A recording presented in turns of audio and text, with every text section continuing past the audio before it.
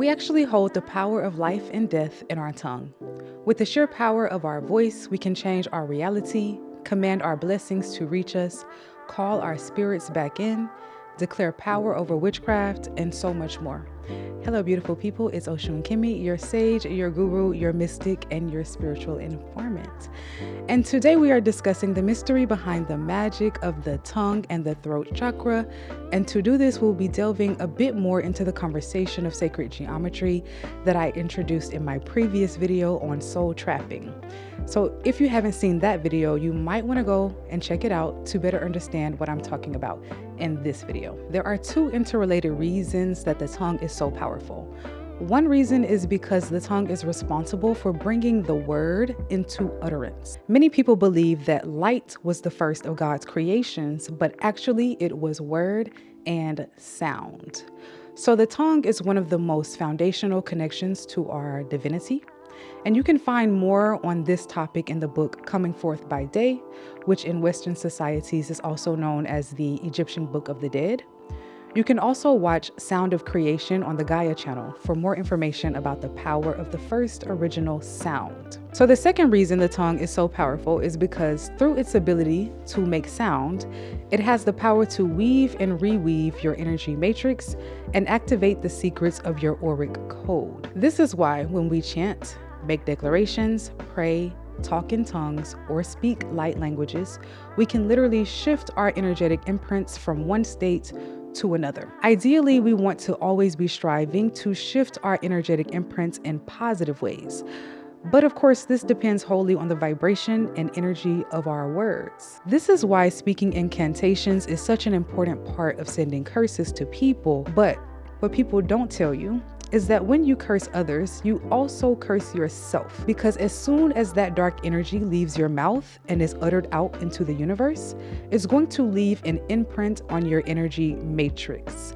This is why there is a scripture about not cursing and praising out of the same mouth. Because when we curse others, our praises also becomes tainted. So let's gain some clarity as to what exactly I mean by energy matrix and auric codes, and how exactly our words affect these codes and matrices. An energy matrix and an auric code are not one and the same, but they are very, very closely connected. An energy matrix is the design that your aura makes. So this is where sacred geometry comes into play. Our aura is not just random particles of light scattered haphazardly. Our aura actually has both a code and a design. So we can think of our auric code as an algorithm of patterns, colors, and vibrations that determine what our energy matrix would or should look like. Our energy matrix is not unchanging. It actually changes every day, multiple times a day.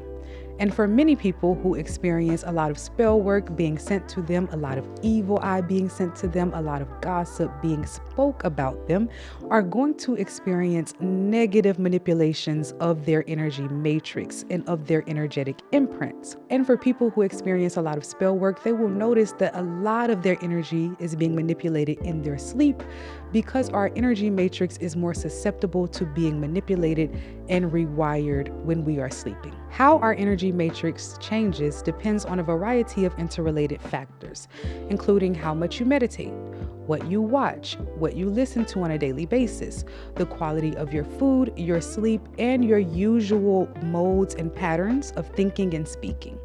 In short, your energy matrix will reflect the quality and vibrations of the ways that you speak, think, eat, and live. This means that we must take very, very, very good care of our energy matrix if we want to remain spiritually invulnerable to witchcraft and energy manipulation. One of the quickest ways to positively impact our energy matrix is to speak positively, not just to or about ourselves, but also to and about others. When we share kind words with others, complimenting them, wishing them well, our energy matrix will receive an instant energy boost. When we speak gratitudes to God and invoke divine favor, our matrix is electrified. And when we regularly declare with the words of our mouth dominion over witchcraft, guess what happens?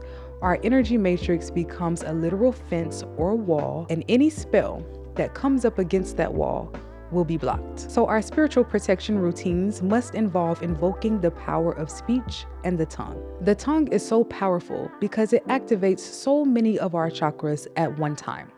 The tongue activates the crown chakra because it is in continual communication with God consciousness. Both our words and our actions start first as ideas. So what we think, what we speak, is what becomes real and realized. The tongue also activates the solar plexus and heart chakra because in order to declare things like we really mean it, we must speak from our hearts and from our guts. I've talked before about how I stopped 3 years of witchcraft and energy harvesting by speaking out loud to the universe for 21 days. Don't underestimate the power of your words because so much energy activation happens both within you and around you when you speak like you mean it. If you need a personal reading to look into any spiritual situation that is occurring in your life, there will be a link for that in the pinned comments below. If you need an energy healing session, there will be a link for that as well. And of course, if you want to join us on the Patreon where all the real magic happens, there will be a link in the comments for that below. Peace and blessings. Salam.